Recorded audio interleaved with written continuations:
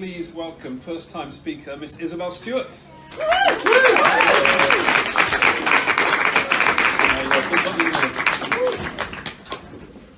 Pretty hard to follow on from that, but I'll try. I'm Isabel, and I'm going to be talking to you about my first ever hike that I did back in 2016.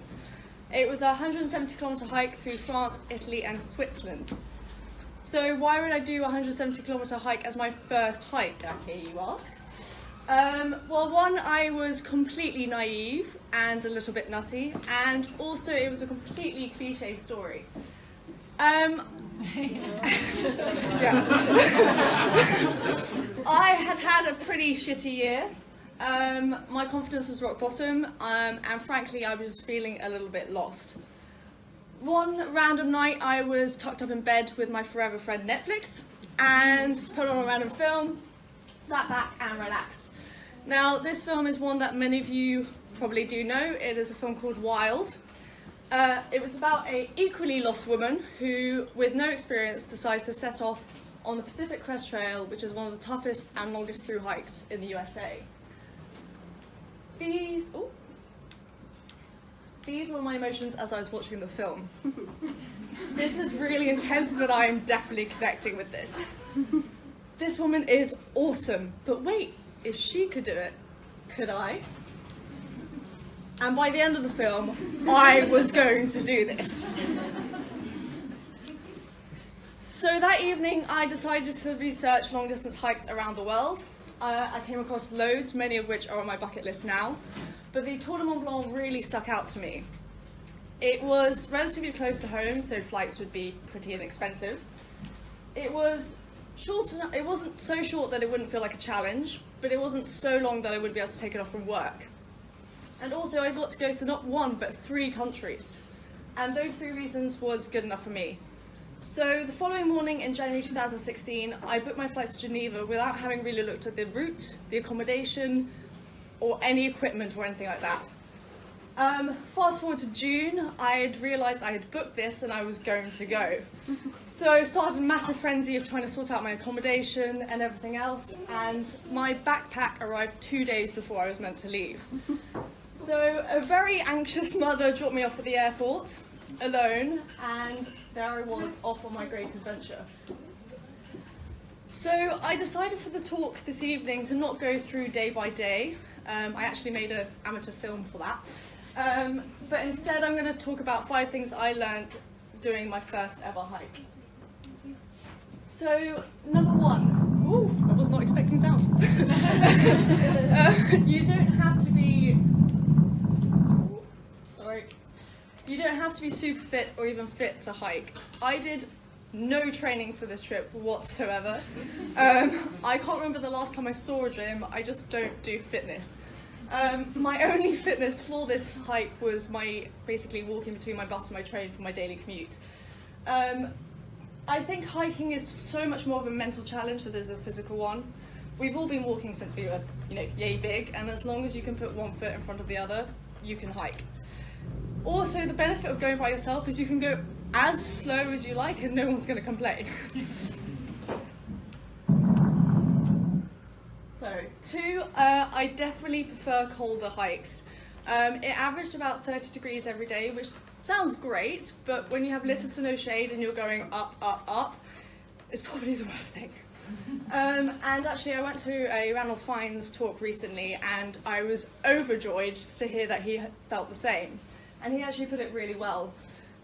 If you're cold, you can layer up, you can light a fire, you can even go for a run if you want. You can do something to change your temperature. But if you're hot, there's very little that you can do. And I don't think the people around me would appreciate if I started hiking naked. So, but the other thing is there were some benefits to it. I swam in some amazing alpine lakes and, that was a great part of the trip. So, number 3 is think before you do, take precautions, especially as a solo hiker.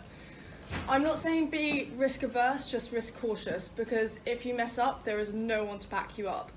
And unfortunately, at 2,000 meters up a mountain, I acted before thinking even. I came across a horse which was tied up to a metal pole, and it had got its leg tied up in its lead rope. I was basically freaking out. I checked the farm where it was and there was no one around. I've grown up with horses my entire life, so I knew how kind of dangerous a situation this was for the horse. So without thinking, I went to go help. I started trying to untie the lead rope and the horse panicked and started rearing up and coming back down, unfortunately repeatedly on me against the metal pole. I eventually managed to get myself free and actually freed the horse as well from the rope, and kind of walked off completely in shock and almost kind of unaware of what had really happened. I was doing daily kind of video blogs and was filming the whole thing, so I got my camera out, and that's when I saw my head. I just did something really I was trying to do something good. I ended up with this fucking thing at my head. And I hit my head quite hard. I'm just gonna carry on. So, in hindsight, I was really lucky that pole didn't go into my eye. And throughout that day and the following day, I found bruises all over my body, and the next morning I just felt completely battered. Ultimately I was absolutely fine, if not mildly concussed, which leads me on to my next point. People are kind. About an hour later, I bumped into a random runner who stopped me and asked me if I was okay, what had happened. I started to explain, and he started asking me some very simple questions, many of which I struggled to answer. But I was adamant I was going to keep on going, I was fine. So the only way that he could see kind of winning me around was to give me his number, and he asked me to text him on the hour, every hour, to check if I was okay. When I reached the bottom of the mountain, I bumped into a family who were just there for a drink, and they started asking me what happened, if I was okay. The woman was actually a nurse, and again she wanted to get me checked out, but I refused, so she said she was going to drive me to my next refuge because she didn't feel comfortable with me walking the rest of the way. I met some American guys who became my tour dads, and they kept looking after me the whole trip, always checking in on me whenever we bumped into random refuges. They really looked after me. I'd also had no experience hiking on snow or ice at all. I didn't have crampons or anything like that. I didn't even know what crampons were. And I came to this path here, and I just looked at it for about 30 minutes and just panicked. I just had this kind of image of me like walking, slipping and going all the way down, which was ironic because a couple of days it did happen a few days later, and it was actually a drop after. But I got to about this point, and excuse the pun, but I froze. And there were two ladies coming opposite direction, and they asked me, "Where are your friends?" Because I don't have any. They said, "Well, what's wrong?" I was like, "I can't move." I'm panicked. And one of the ladies took me halfway across, giving me tips and reassurances so that I could carry on by myself. And finally, hiking is one of the best medicines. Now, I'm not saying I came back a different person, but what I am saying is I probably became closer to the real me. I regained confidence in myself, I found out I could look after myself, and I actually did something which so many people around me would have never thought possible. So, on that note, I'm going to say everyone should go on a rather long walk ever so once in a while. So yeah, thank you.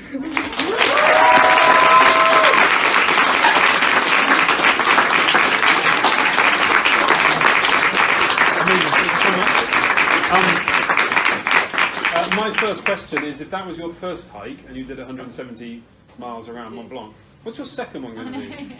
So I did a hike in Iceland last year in September, so that was kind of 5-day wild camping through hike, and then I'm doing part of the King's Trail in Sweden in August. So I don't know the King's Trail. it's part of the Arctic Circle.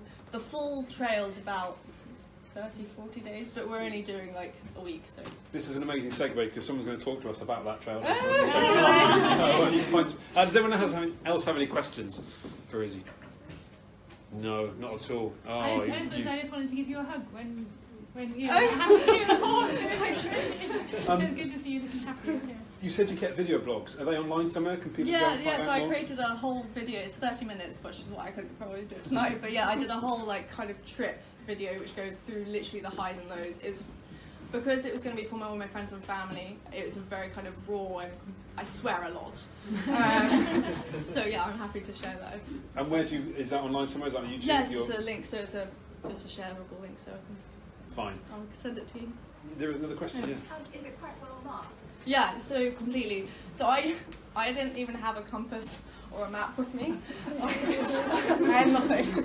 I was literally following my feet.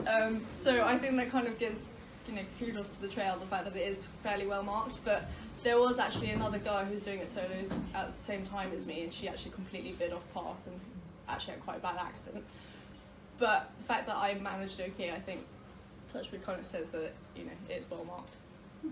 Nice. I'm doing the same trail Okay. in, I think, 9 days as well. Yeah.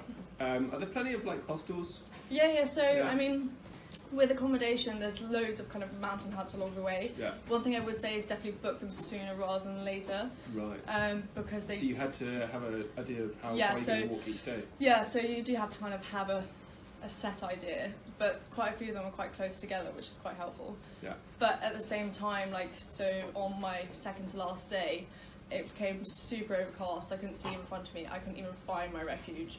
I was completely disorientated.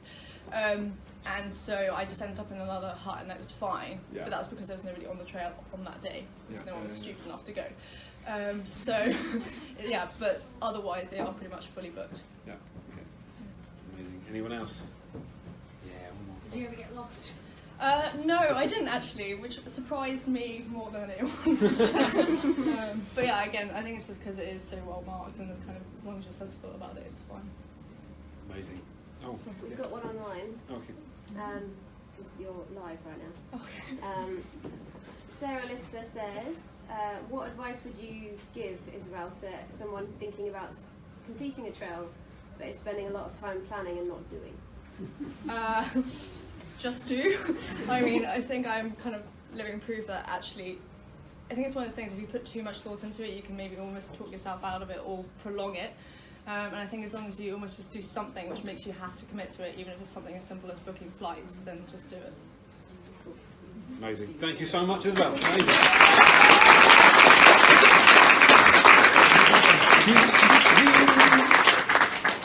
We'll have one more speaker, then we'll take a quick 10-minute break so you can grab another drink. So to finish up the first half, please welcome up. Do we call you Doctor yet? Is that allowed, or are you not? I am a doctor. Dr. Sophie Edlin.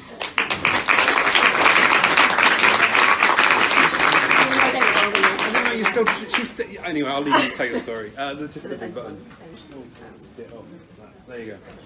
Oh, killed it. I broke it. Loads of bottles.